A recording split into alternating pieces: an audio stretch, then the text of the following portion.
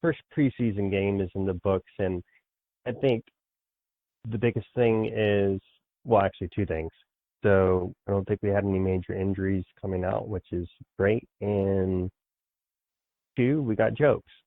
So I don't think you can really ask for anything more out of a preseason game. Obviously, I guess let's start with Teddy Bridgewater. I thought that his performance was good, but he looked a little bit like he was holding back the first drive. Maybe I haven't watched the film, so maybe people just weren't getting open a little bit down the field, and he was being smart and just taking what was there. But he seen him loosen up as the game went along. But I thought it was good performance overall. That pass to Mike Thomas kind of looked sad at first, but then review Thomas should have caught that. But he'll probably can't catch Mike. But, yeah, I'm just kidding. But I mean, something I think you said, Brian, on Twitter is, I'm not sure if it was you or not, but like, I don't think like fans are really prepared for just how much of a downgrade that we're going to get, no matter who's the starting quarterback after Breeze retires. We've gotten so used to him, and we sometimes forget he's one of the greatest of all time. So just finding someone who is not a turnover machine and can manage the offense is a blessing in the NFL, because there's probably only 15 people that can do that, and there's only a couple of great ones. So I don't know if Teddy's going to beat that yet, but I like what I saw Friday night. Yeah, man. I'll let Chris go. The thing with Teddy is, I think people. I'm curious to how many people were aware of what Teddy Bridgewater was before he even got to New Orleans. Now, we know he had. We know he had a very tough knee injury that threatened his career, his possibility, to walk. It was, he was dealing with some very serious rehab and recovery to even get back on the football field. But before that, it wasn't like Teddy was a future superstar to me at the quarterback position. He was a guy who in Minnesota had played in some playoff games because he was surrounded by really good talent. He didn't really, he wasn't going to lose you many games. He wasn't going to force the issue too much. He was going to be very conservative, take what the defense gave him, and manage the game more so than win you games repeatedly. That's just who he was. The thought and the excitement about Teddy was that him being in an offense that had significantly more talent than he had in Minnesota from a weapons perspective, and being around one of the best offenses and one of the best play callers that we've ever seen in football in Sean Payton. I think that's where the true excitement comes from when you think about Teddy. But it's not like you're getting a guy who has a rocket arm or, who runs a 4.4, who's this electric force. I look at him as a game manager who can improve, and Sean will be able, well, if he ends up being the answer long-term at quarterback, that Sean can scheme and can set up to have success.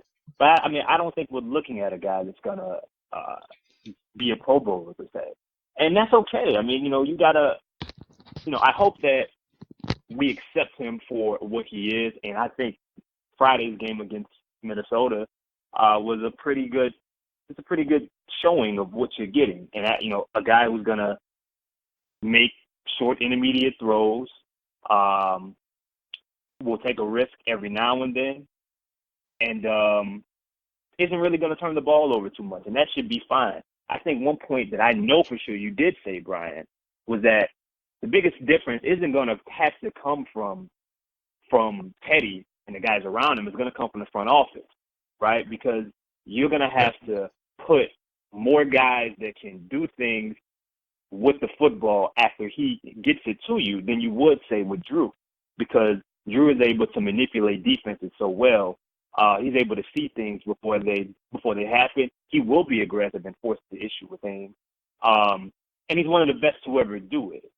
Drew makes guys better a lot more than, say, Teddy will end up doing. I think it will be they'll have to make it an emphasis to get different level of receivers and guys that are like you wouldn't want Teddy to come in with this group, I would say. I mean, I think he could still succeed, but in all honesty, I'm not sure if this team is winning you 10 games. I'm just not sure right now. But you add another talent that can set him up and get him more comfortable and get a rhythm going for him, then I think you're cooking with something. So yeah, man. I mean, I was impressed, but it's what I expected of him. Yeah, I think you're dead on. Yeah, definitely adding. You'd either have to add a lot more playmakers or offense, or just become like your identity would become like a defensive team. I mean, they have been investing a lot in the defense, but one of the things I'm curious about, and we'll pass it along to Brian, is people have talked about the influence that Breeze can have on Teddy, while they're on the same team in his development. But I'm wondering how much Teddy has influenced Breeze, and is Teddy responsible for Breeze's beanie weenie? Oh, okay. Yeah, I knew you would take that somewhere it didn't need to go. Brian? Do you need me to save you now, Chris? Yes, please. So I agree with most of what you guys are saying. So here's my thing on Bridgewater. And obviously, I'm going to go back to what we say every year. The preseason is the wonderful time of the year where nothing is as good as it looks and nothing is as bad as it looks. And we have the wonderful luxury, because we're a winning team the last 2 years, where everything bad, we get to go, they're just working on things. They'll clean it up by the regular season. And everything good, we get to go, future superstar, foreshadowing. There'll be some of that later. Here's the thing on Teddy. So I'm going to bring up 3 quarterbacks. I'm trying to keep this relatively brief. But this is why, A, I loved what I saw from Teddy, but also B, I'm not super concerned about it. So except in the case of the all-time greats, every quarterback's success is built on the scheme fitting their skill set and their supporting cast. And I'm going to look at 3 guys currently in the NFL. Eli Manning has 2 Super Bowl wins. Eli Manning is not a better quarterback than Teddy Bridgewater. They're probably about even. They both do some things equal or better than the other, but Eli Manning on his own is not a better quarterback than Teddy Bridgewater. And if he didn't have Odell the last few years, probably would have been out of the league about 4 years ago. Matt Ryan. People remember the team 28-3 that went to the Super Bowl, and the team that's been, kind of an air raid offense the last, 7-8 years. What people forget is Matt Ryan's first few years in the league, they were the Michael Turner offense. They didn't score a lot of points. They didn't move the ball through the air. Matt was not torching teams because he couldn't. He couldn't take average to below average receivers and produce with them. He could be exactly what we just described with Teddy Bridgewater. He was a game manager who made quick decisions, accurate throws, and didn't turn the ball over a lot. You know what they did? They gave him Julio Jones. That's what they did. They didn't need to do anything else. They went, oh, cool, there's a super freak athlete that'll make our slightly above average quarterback look like a superstar, because he'll either make all the plays or force teams to overreact so much that he gets to make quick decisions, accurate throws to wide open guys. And all of a sudden, you've got a guy winning an MVP who, without Julio, still a good to very good quarterback. But also not the kind of quarterback that really scares you. And the last guy I'm going to bring up is Dak Prescott. Dak's done a lot of winning. Dak isn't the reason they did most of the winning. The defense and Zeke are why they did most of the winning, especially his rookie season. Zeke not getting Rookie of the Year was ridiculous, but that's a different conversation. Then you gave him Amari Cooper last year, all of a sudden he kind of looked halfway decent. Dak now is a very different kind of quarterback from Teddy. But you could legit win with a quarterback like Dak. Brad Johnson has a Super Bowl. Joe Flacco has a Super Bowl. Lots of average to slightly above average quarterbacks have Super Bowls or have participated in Super Bowls. The NFL is unique among the big three in that it truly is a team game. Tom Brady is not the reason the Patriots have won 6 Super Bowls. He's a part of it. But when you go and look at the defenses he's played with, the team that's been around him, the competition they've played against, it creates a more complete picture and you understand why they've been able to sustain success. It's not that he's not a huge part of it, but you could look at the same thing for the Saints historically. For that 7-9 period, might have been the best football of Drew's career. If we really go back and look at those 3 years, that might be Drew's greatest case for wanting to claim that he's the GOAT, is he got those teams and those defenses almost to 500. That's probably his greatest claim to fame right there. It's not the conventional way we look at it because we just look at the team result. But if you're talking the individual player, that's where I see the biggest difference with Drew. Drew could take a terrible team that should have won 2 games and can get them almost to 500 and a couple plays away from maybe making the playoffs. Teddy's not going to be able to do that. That's where you're going to see the drop-off. But you can compensate for that by, okay, well, if we have a young core, and this is kind of related to that bonus show I did earlier in the week, when you have that young core and you get some of that depth and you get that pipeline going, you cannot re-sign a few guys. Take that money and go get a major player, a second wide receiver to Mike Thomas, a tight end like Jared Cook, another guy in the passing game, or a great tackle if Armstead leaves or something like that. And I'm being kind of hypothetical with exactly what the spot is, but you're able to be a little bit more aggressive with resources because you have a really stable baseline. And then you can add the talent around the quarterback that brings your net performance close to what you were able to get with Drew. The difference with Drew was you didn't need great players. You needed 1 or 2 great players, and everything else could be 2 steps above the trash heap, and Drew would still make it produce. And I can prove that because Travaris Cadet had like 700 yards receiving in a year. I think it was like 585, but whatever it was, there's your proof right there. Oh, you just had to point to 2012 and then 2015. Yeah.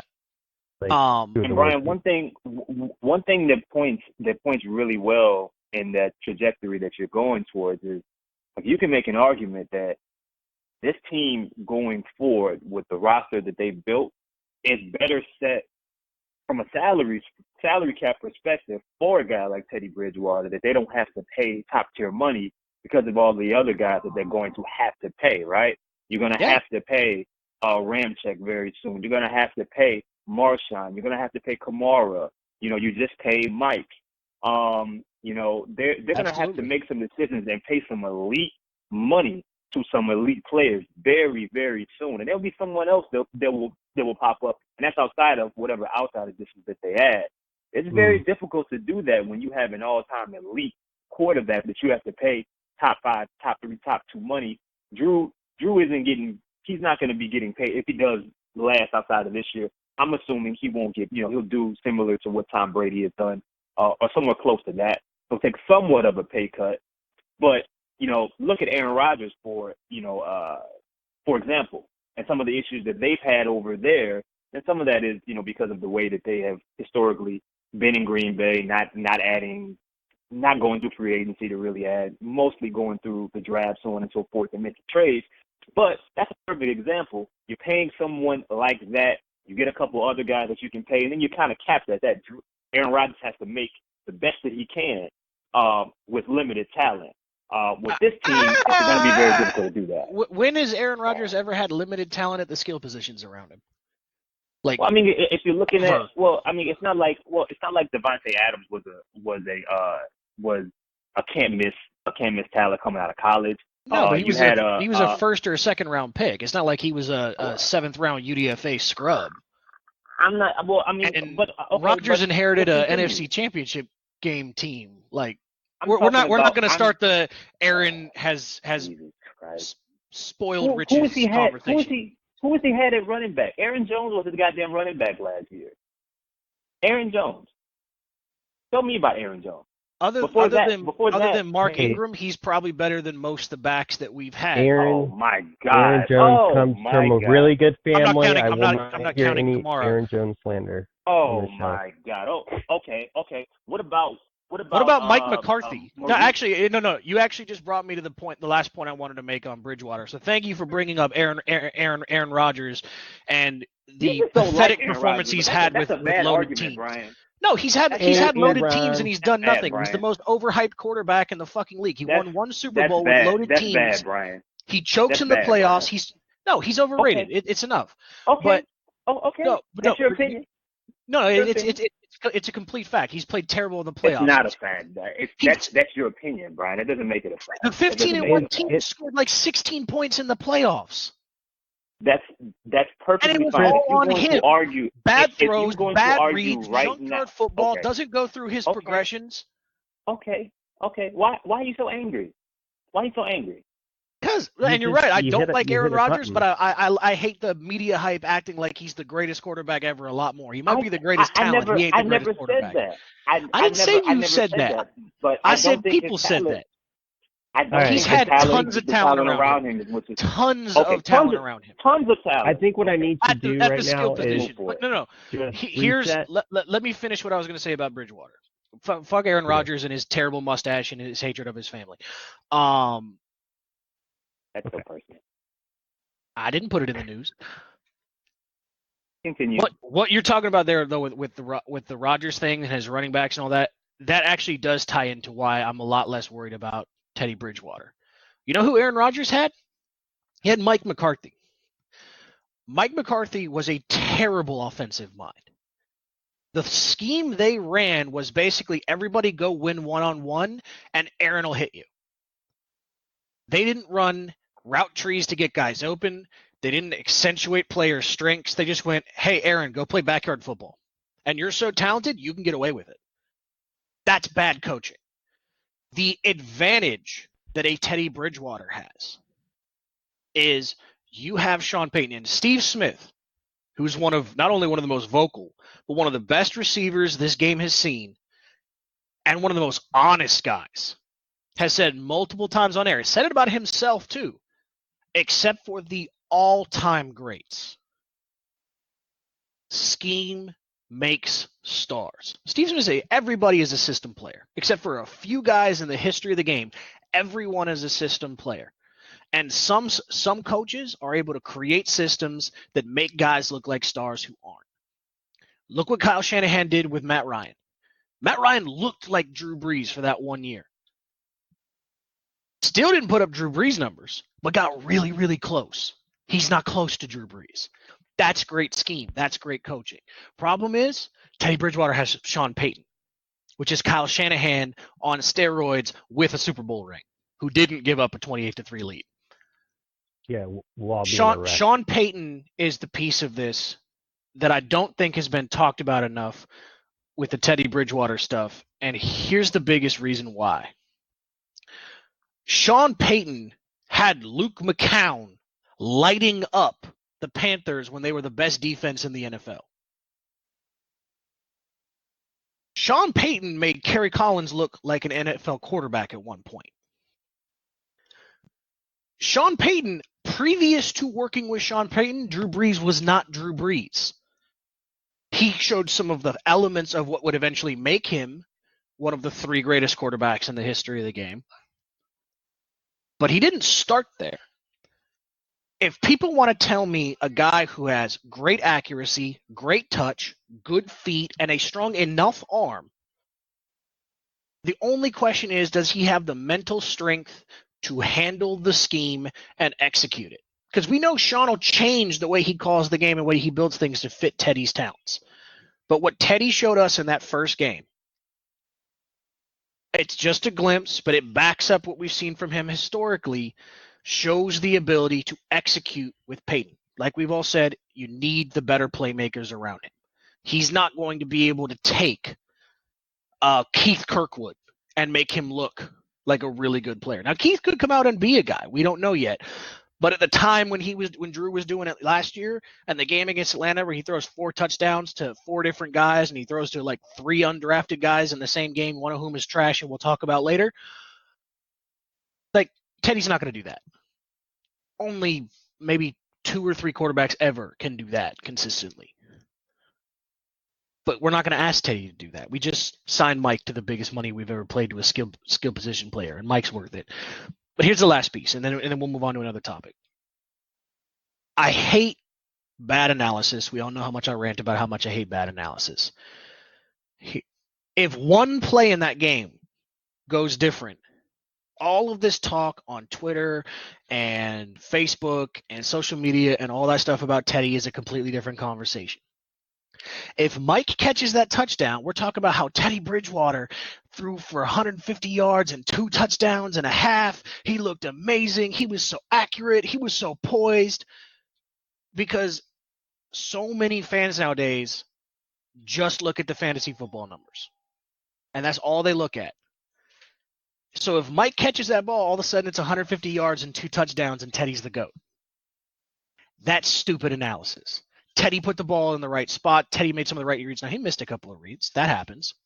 But for the most part, he did a good job. That's all we're asking for. And it's the first game of the preseason. Like, we probably shouldn't forget that either. Well, I just wanted to backtrack a little bit. I wanted to commend Chris for using the word trajectory earlier.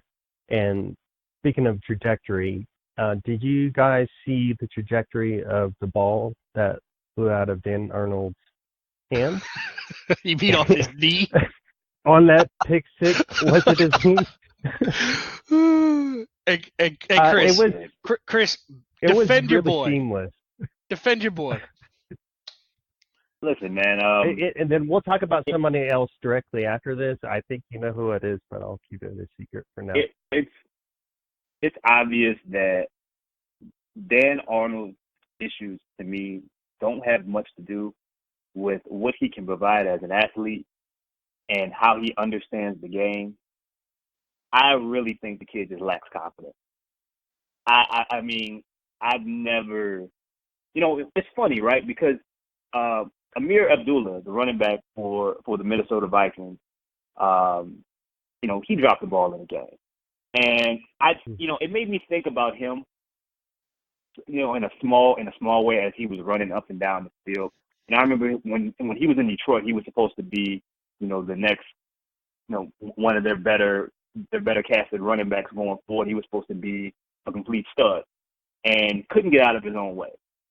And I don't think I ever thought that Dan Arnold was going to be a star of sorts or, even a really good tight end. I thought he was going to be serviceable, and I thought and still believe that he has the athletic tools to really thrive at that position.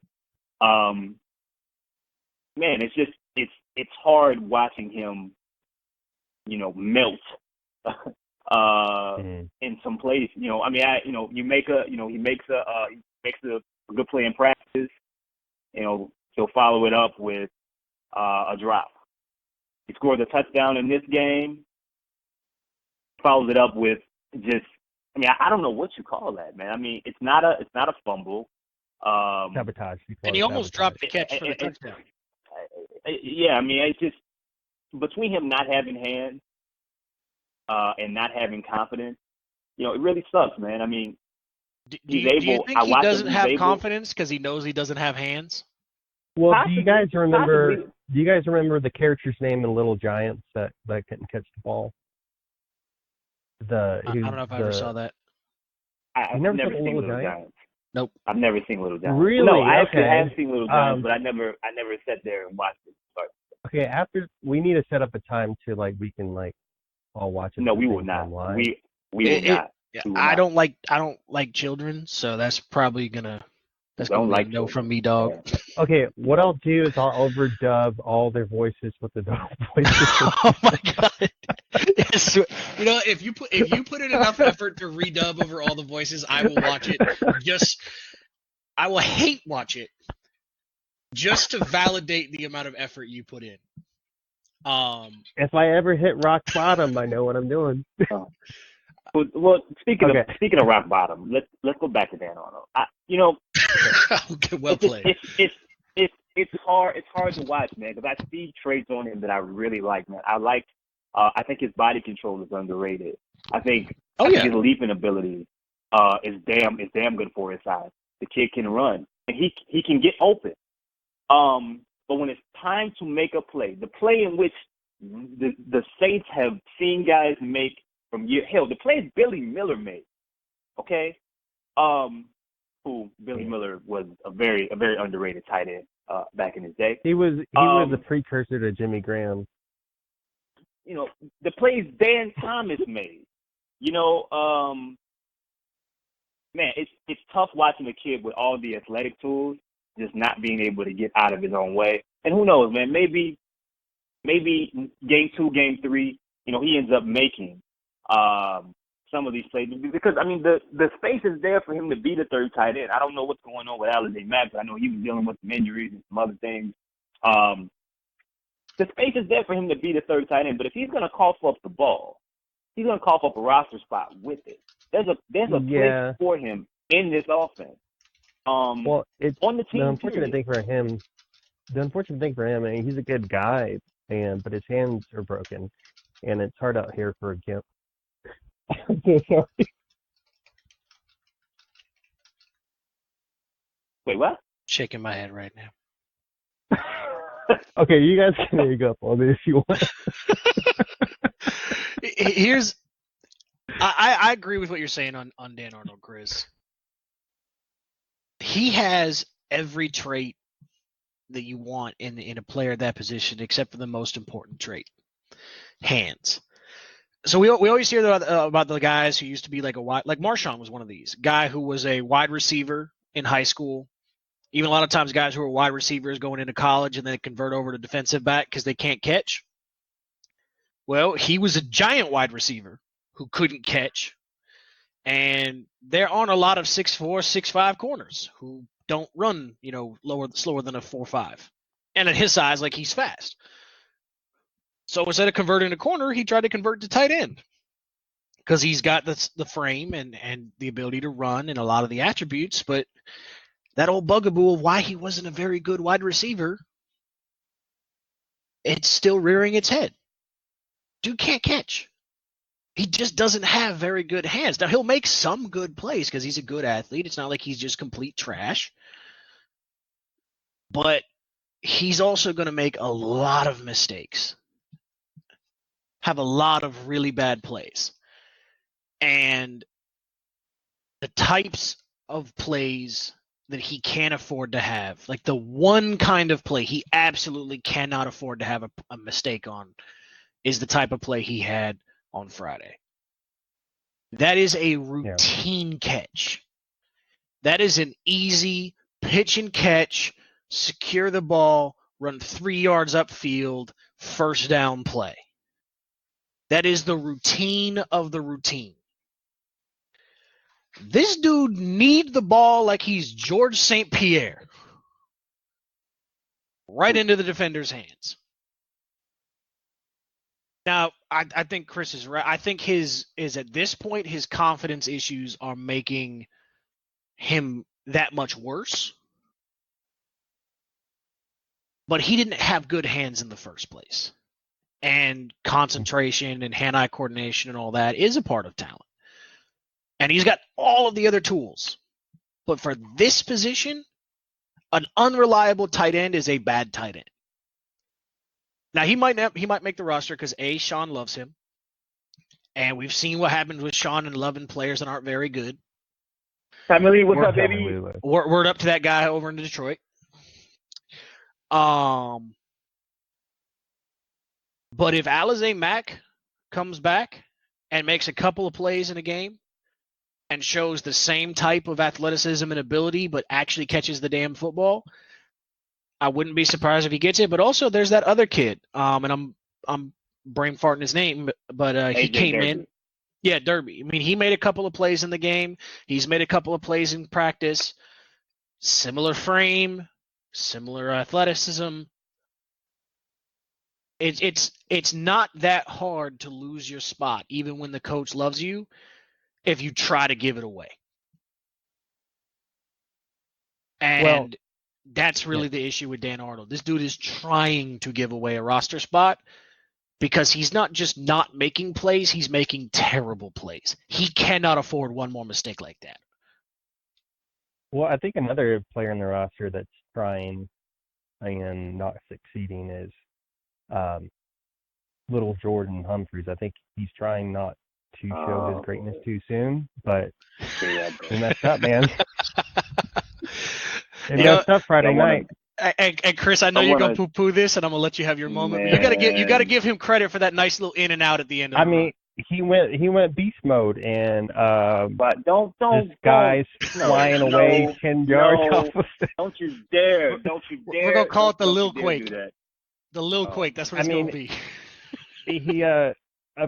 Guys were like trying to grab onto him, and they forgot how to use their arms, and they're dropping to the ground. Yeah. No, but it was a nice play, and I don't know what to kind of make of Friday night in terms of like the wide receivers. I saw some here and there. Like, I'm really interested in someone who actually watches film, especially in those like early couple of drives, because maybe there was a reason that Teddy was checking down. I know it's preseason and you're not scheming, but that was one of our weaknesses last year, is these guys weren't getting open. Yeah. And even if you're just a little open, Drew's going to find you. So, I'm Jordan, jokes aside, Simi Cobbs may be a name that people need to start paying attention to. I think it's going to be a battle between him and Butler for who makes the active roster. I wouldn't be shocked if Simi Cobbs was the one that made it. He showed a couple of nice things in that game. He showed us a lot of nice stuff in practice. He's got the body type that they seem to really be looking to add. And if Keith Kirkwood keeps being nicked up, don't be surprised if there's a shocker that happens for the final roster. But again, this is just to make sure clear, like, this is not an overreaction. Like, this is a hypothetical. It's one preseason game.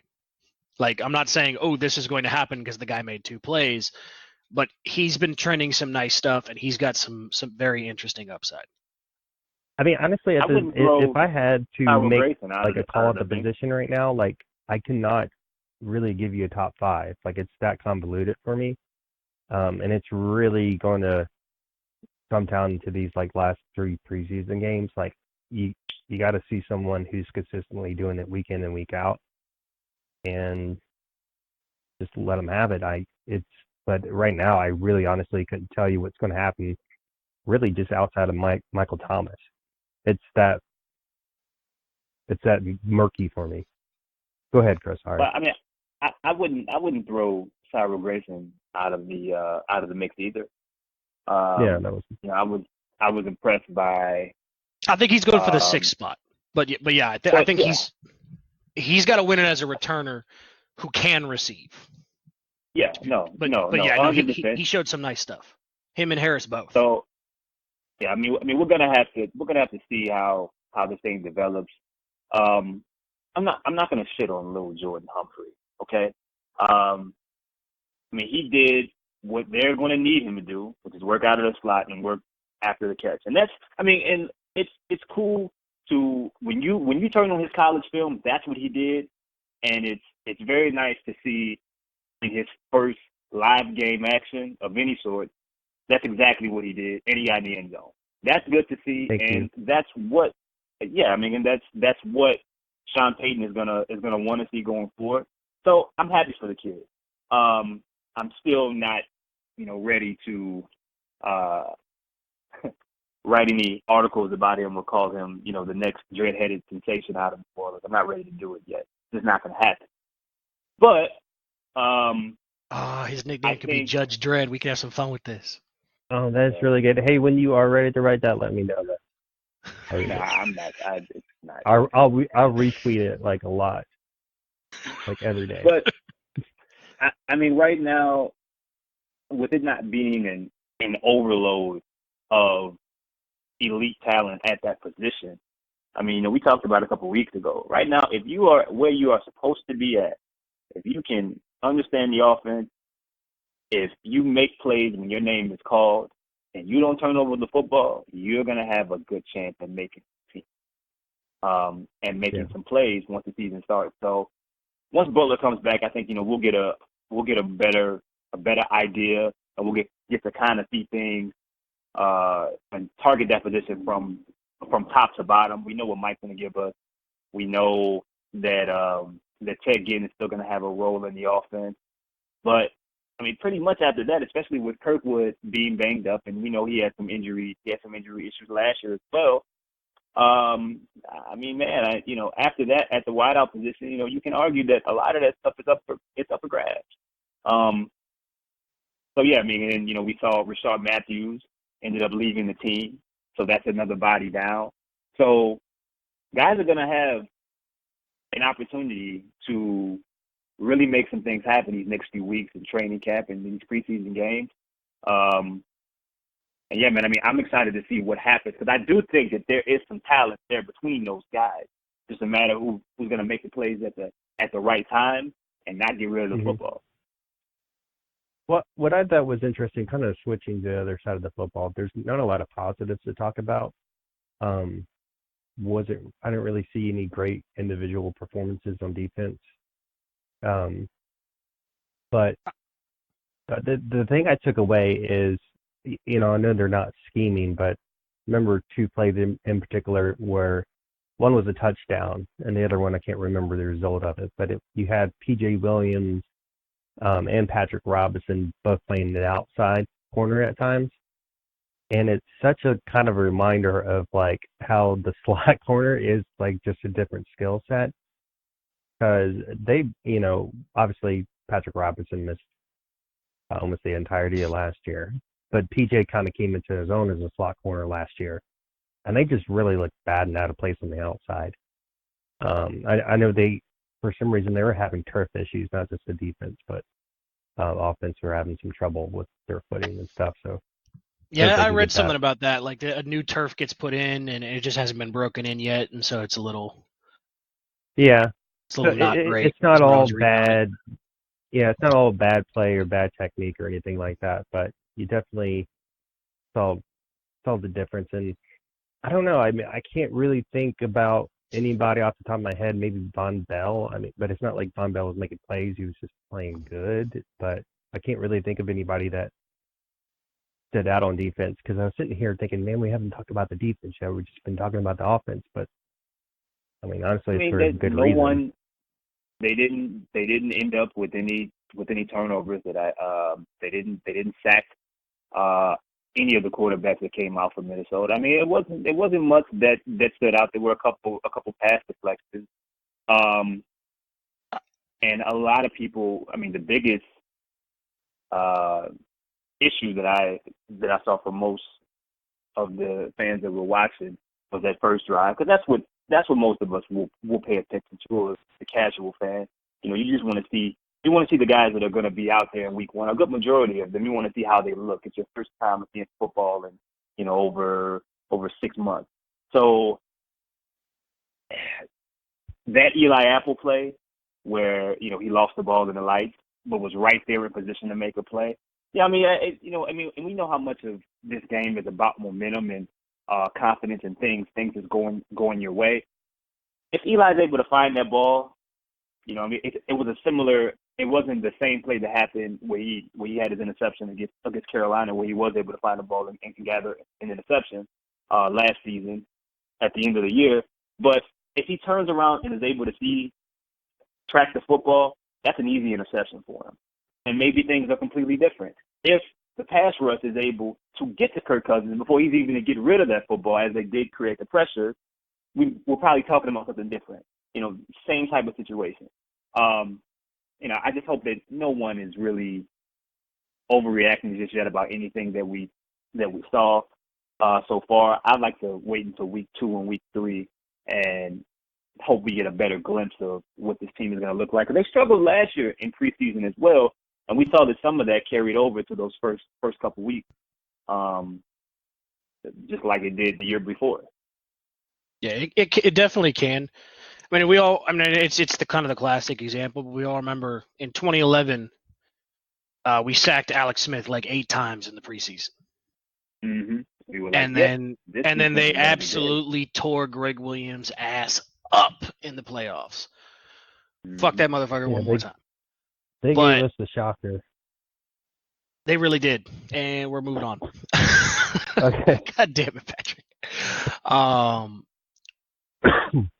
Here's my thing on the number one. So 3 guys I thought had good games. I thought Taylor Stallworth had a good game. I thought Von Bell had a good game, and I like what I saw from Caden Ellis. Haven't gone back and really, really watched it yet, but just watching it live, I thought those 3 guys had good games. That doesn't mean everybody else had a bad game. I thought the backup offensive lineman had the worst game of anybody on the team, but Davenport is the big news item from the game. And this isn't necessarily to make excuses for him, because he didn't have the game we would hope he would have, but here's just a couple of things to keep in mind. Number one, preseason is for evaluation. That means that they're going to try him in different sets. They're going to try him in different techniques. They're going to try him in different alignments.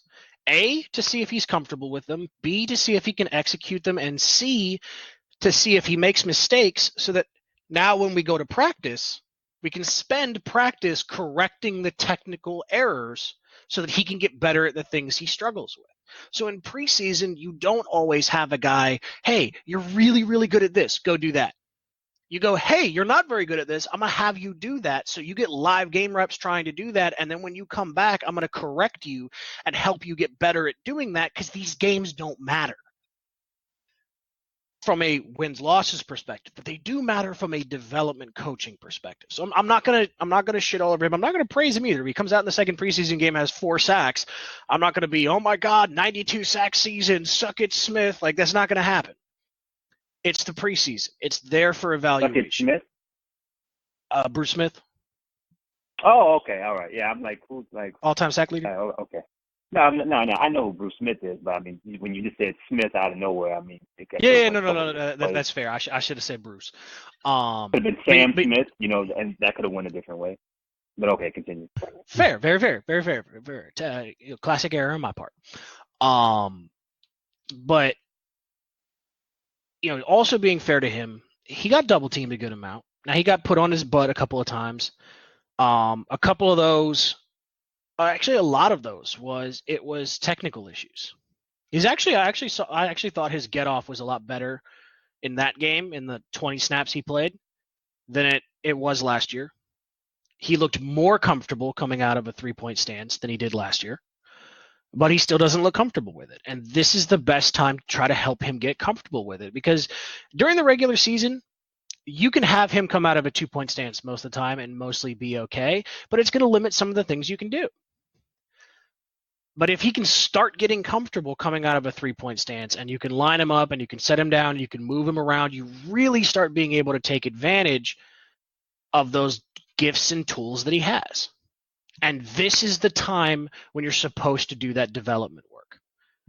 Now, if we get to week 4, week 5 of the regular season, and he's still not getting pressure and he's still getting pancaked, then we'll start having some conversations about 2 firsts needs to step it up, or you might have been worth no firsts. We're nowhere close to that conversation right now. Also, Cam Jordan wasn't in there, and that matters a lot. We know the difference. We know the difference that makes 100%. And I know we're talking about the defense, But one name that we haven't brought up that had a really, really good game in his first action with New Orleans or in New Orleans is Latavius Murray. And I know 100%. a lot of people had negative thoughts from the minute he was signed. Some emotional. Well, fuck that. All emotional, because I don't think people really understand what the Saints are getting. I'm not saying that Latavius Murray is going to break the all-time single season rushing record for New Orleans, anything like that. But it's the best. Once again, the best offense he's ever played on, and he does some things really well that I don't think a lot of people know about, especially catching the football out of the backfield. And if you can do that, at his size, being a quote unquote traditional power back in between the tackle and running back, I mean that opens up so much because defenses aren't going to be able to know exactly what's coming. I can't wait to see the first slip screen and see what it looks like for him in that offense. I mean, it's going to be, it was a thing that I would have loved to see what Chris Ivory could have been if he had been what he eventually showed with Jacksonville and some in New York as a receiver out of the backfield completely. If he would have been able to do some of the things that I think Latavius would be, I mean, who knows what this team, what this team can be. So one thing on that note, two things. Number one, I think you're 100% right as far as the people that were hating on him because of the signing. A lot of it was because we love Mark, which, obviously no issue with that. A lot of the people that were coming out with hot takes about Murray clearly have never really watched Latavius Murray. They had no idea what he was. They just knew they Googled some of his numbers. They went, he wasn't amazing in Minnesota. They watched a couple of highlights. They formed an opinion and they moved on, which is okay. For the record, I do it all the time. Everybody does it all the time, but it's bad analysis.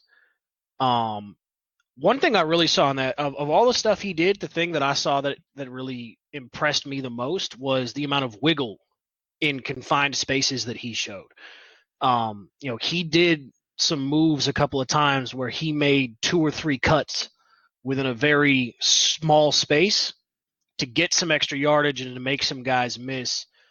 I like that you brought up Ivory because I think straight line speed just burst up the field. Ivory was the last back we had that can run like Murray can. If you give this guy a hole and he hits it, he's gone. We have one other guy on the roster who has actually that same ability, though, Zigbo, and I still think he's going to slowly work his way up the depth chart. I really liked a couple of the snaps I saw from him. He had that one run where if that guy doesn't get him by the toes, he was gone. But with Murray, you saw a lot of the things that made the Saints want to sign him. He showed a lot more wiggle than I think some people thought he had.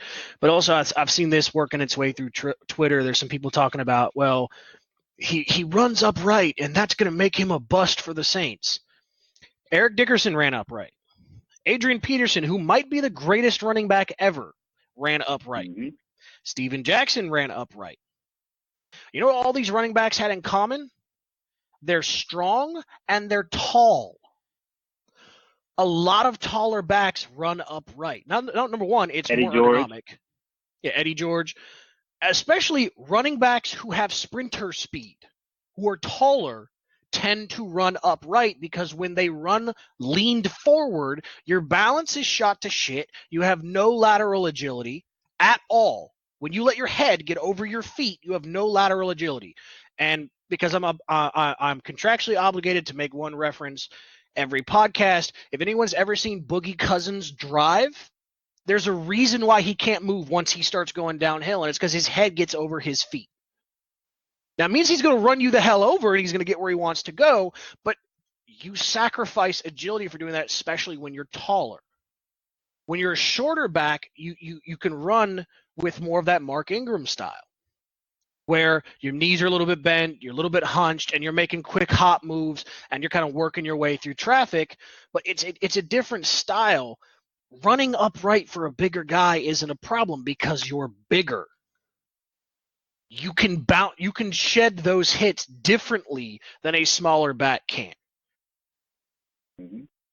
It doesn't mean that just because he runs upright, he's going to be a good runner. No, that can be problematic if you don't have the frame and the running style to support it. He does. He's actually historically been very good in short yardage situations, even though he runs upright.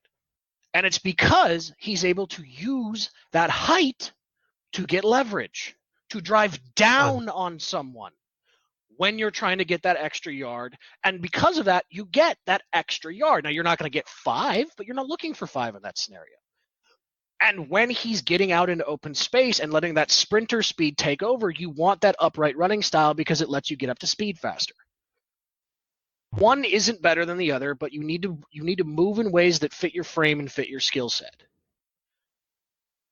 I know I went a little deeper there than I needed to, but I see things, they annoy me, I rant about them on the podcast. This is our formula.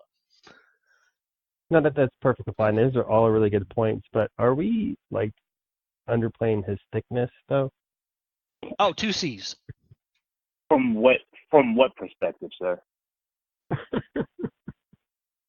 Why don't you go ahead? Why don't you go ahead and expand on the thickness that you were speaking about for the audience to know? I'm just being you for now. Oh, okay. Anyway, well, I think that's a good place to wrap up the show, unless you guys can think of anything else you want to talk about. Yep. But when is the next game again? This will now be called the Saints Thick Podcast. Please nobody call it that. But Chris, you're our designated researcher, so find out when the next. It's next Sunday. Against the Chargers. Oh, it is? Yep. Okay, nice. Awesome. I believe it's a primetime game, right? I believe that game's on CBS, right? I think so. I mean, I have the NFL Network stream, so I'll watch it on that because I'm out of market. You know what? That's ironic because last year, week 2 was against the Chargers as well, I believe, and that was also a Saturday game. But I believe it was later on. It was later on in the day, and that's when we got a chance to watch Austin Eckler and the beast that Derwin James would eventually show. And that's where Alvin Kamara had his first and last preseason carry. I think that was a good decision. Yeah. Yep. All right, guys, good show. Next game will be next Sunday. So we'll go ahead. We'll probably record either Monday or Tuesday the following week. Shortly after that, to give you guys give another reaction show, take our takes, take our thoughts. Just closing thought on this. Most important thing in the preseason are 2 things. We hope that players take advantage of the opportunities to get better and iron things out, and the key guys don't get hurt. As long as you do those 2 things, it's a successful preseason. Absolutely. All right. Thanks, Saints fans. We'll talk to you guys next week. Hey, yo, the Saints is going